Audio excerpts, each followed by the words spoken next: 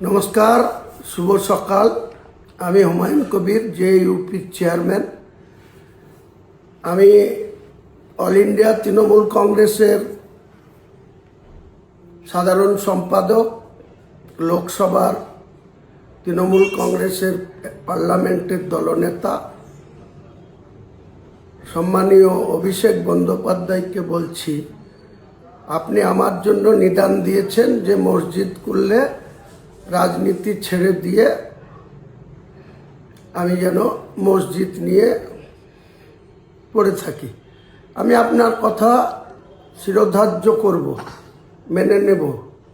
আপনি আগে আপনার পিসিকে আপনার দলের চেয়ারম্যান পদ থেকে অবসর করান, অবসর নিতে বলুন, এবং আগামী 26-এর নির্বাচনে যেন নির্বাচনের কন্টেস্ট না করে বলুন।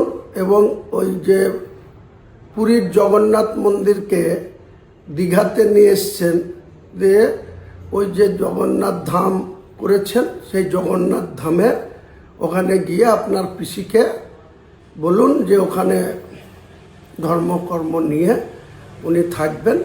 তাহলে উনি যদি ওটা করেন, আমি আপনাকে কথা দিচ্ছি, বাংলার মানুষকে কথা দিচ্ছি যে আমি শুধু বাবরি মসজিদ নিয়েই থাকব। আর আমার দল, আমি যে চেয়ারম্যান, সেটা অন্য কাউকে দায়িত্ব দিয়ে আপনাদের দলগত বিরুদ্ধে আমরা রাজনীতি করব, আপনাদের ক্ষমতাচ্যুত করার জন্য রাজনীতি করব। আর আপনার যদি এত সাহস থাকে, জনসংযোগ থাকে, বাংলার নেতা হিসাবে অল ইন্ডিয়া তৃণমূল কংগ্রেসের সাধারণ সম্পাদক হিসাবে মানুষের প্রতি আপনার আত্মবিশ্বাস থাকে, তাহলে আগামী দিনে আপনি বাংলার মুখ্যমন্ত্রী প্রজেক্ট ক্যান্ডিডেট হন, ভবানীপুরে বা নন্দীগ্রামে, যেখানে খুশি হন। বাংলার মানুষ আপনাকে নিশ্চয় যদি সমর্থন দেয় বা মেজরিটি দেয়, তাহলে আপনি বাংলার মুখ্যমন্ত্রী হবেন। আর এইসব না করে আপনার পিসি মন্দির করে বেড়াবে, জগন্নাথ ধাম করে বেড়াবে, দুর্গায়ন করবে সরকারি টাকায়, হিডকোর টাকায়। এই 29 তারিখে আবার আপনারা 260 কোটি টাকার, আপনার পিসির ওটা ব্যক্তিগত সম্পত্তি না, 30 হরিশ চ্যাটার্জি স্ট্রিটের সম্পত্তি না। মুখ্যমন্ত্রীর শপথ নিয়ে আপনি শুধু মন্দির করবেন, কার্নিভাল করবেন, দুর্গা পুজোর অনুদান দিবেন, শিলিগুড়িতে কোটি কোটি টাকার জায়গা, সেখানে মন্দির করার জন্য দিবেন। আর আমাকে আপনি পরামর্শ দিচ্ছেন, নিদান দিচ্ছেন।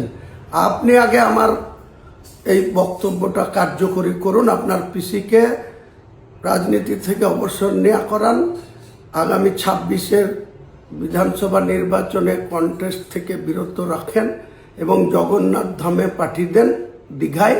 তাহলে আমি কথা দিচ্ছি বাংলার মানুষের কাছে, আমি আগামী দিনে কোনো সিটে লড়াই করব না।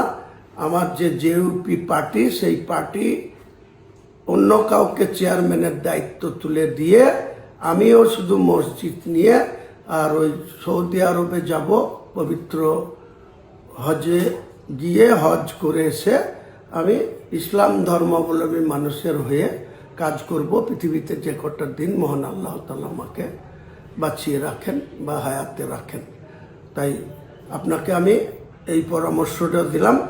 আপনার অনেক দিনের বাসনা যে আপনি পিসির পরে আপনি বাংলার মুখ্যমন্ত্রী হবেন, তা পিসিকে ভালোই ভালোই জগন্নাথ ধামে পাঠিয়ে দেন। যেদিন আপনি ঘোষণা করবেন, আপনার পিসি যেদিন অল ইন্ডিয়া তৃণমূল কংগ্রেসের চেয়ারম্যান পদ ছেড়ে দিয়ে আর বাংলার মুখ্যমন্ত্রীতে বসবো না, কাজেই আমি আর ভোটে লড়বো না, এই ঘোষণা করবেন।